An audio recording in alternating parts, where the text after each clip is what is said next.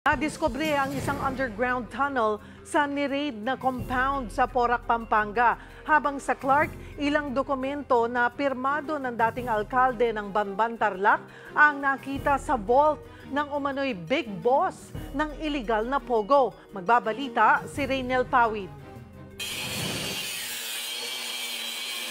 Binuksan ng mga otoridad ang 19 na vault mula sa 5 ni-raid na villa sa Clark, Pampanga. 4 sa vaults nakuha sa villa ng Pogo Big Boss na si Wang Ziyang.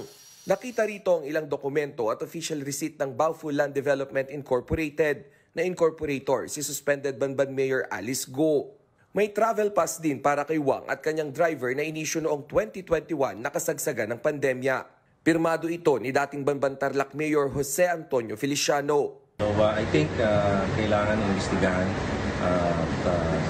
bakit nag-issue siya ng travel pass sa mga taong pinaghihinalaan natin na mga nagpapatakbo ng illegal pogo. Wala pang tugon ang dating alkalde. Sabi naman ng PAOK, malaki ang tsansa na sa mga panahong ito kumilos si Wang para sa konstruksyon ng Bamban Pogo. Nakita rin sa loob ng isang villa ang bank book ng Baofu na may initial deposit na 5 million pesos. Magagamit ito sa ipapile nating money laundering. And hindi lang ginamit yung bangko na yun para sa transaction dito sa ating banko. Transaction din sa ibang bansa. So malaking bagay itong nakuha natin mga bangko. Nakakalat din sa isang silid ang 2 passport at mga casino VIP card na nakapangalan kay Wang. May mga alahas din at kambal plaka o mga plate number na pare-pareho. Muli namang inikot ng mga pulis ang gated community sa Porac, Pampanga na nilusob nila kamakailan. Tirahan umano ito ng mga big boss na nagpapatakbo ng mga iligal na pogo sa Bamban, Tarlac at Porac, Pampanga. Ito ngayon yung firing range na natuklasan dito sa likod ng umano'y pogo compound na mga tinuturing na pogo big boss dito sa Porac, Pampanga. Kumpleto rin ang mga gamit dito gaya ng CCTV at ilang ventilation. May haba ito na 30 meters. Inaalam pa kung may kaugnayan ito sa torture activity at kidnapping. Sa ikalawang palapag naman ng 2-story building sa bungad ng compound, mayroong leisure room. Habang sa unang palapag, may mga Chinese hotpot dining set at isang open room para sa mamahaling pagong. Dito na diskubre ang isang underground tunnel. Mayroon din itong ilang secret room na fully air-conditioned. Inaalam pa kung para saan ang mga ito. May habang 50 meters ang tunnel na dadaan papunta sa napakagandang floating house sa gitna ng lawa.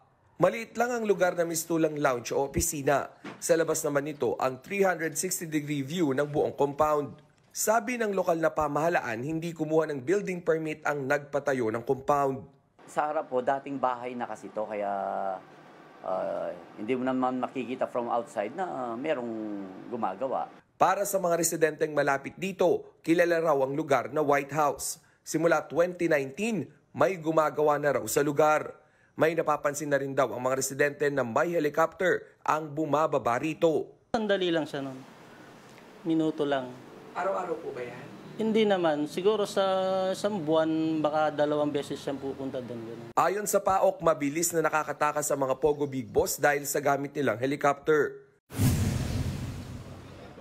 Kasama ang Food and Drug Administration, muling pinasok ng mga tauhan ng National Bureau of Investigation o NBI Laguna ang medical and diagnostic clinic na ito sa Makati na eksklusibo lamang sa mga Chinese. Tumambad ang maliit na silid na may samut-saring mga gamot na nakalabel sa Chinese. Ayan, wala akong makitang English. Ay po, pag ganyan kasi, kung unregistered siya, hindi siya dumaan sa proper evaluation. Ni-raid na rin noong kasagsagan ng pandemya ang klinik. Pero kahit malaki ang pagkakahawig ng setup nito sa Pogo Hospital na ni-raid ng PAOK noong Mayo, hindi pa rin masabi ng NBI kung may kaugnayan ito sa mga pogo. Isinailalim na sa inquest proceeding ang mga nahuling nagtatrabaho sa klinik nitong weekend para sa paglabag sa DOH at FDA laws. Kabilang dito ang 6 na Pilipino kung saan 2 ang doktor. Para sa 1PH, Raynel Pawid, News 5.